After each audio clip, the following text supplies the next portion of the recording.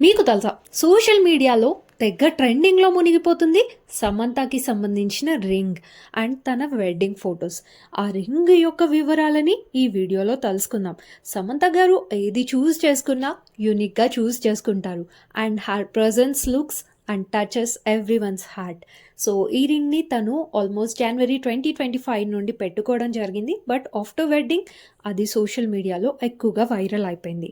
Ring వివరాల్లోకి వెళ్తే ring centre పార్ట్లో ఉన్న లాజన్స్ పోర్ట్రేట్ కట్ డైమండ్, ఇది ఆల్మోస్ట్ 2 క్యారెట్స్ వరకు ఉంటుంది.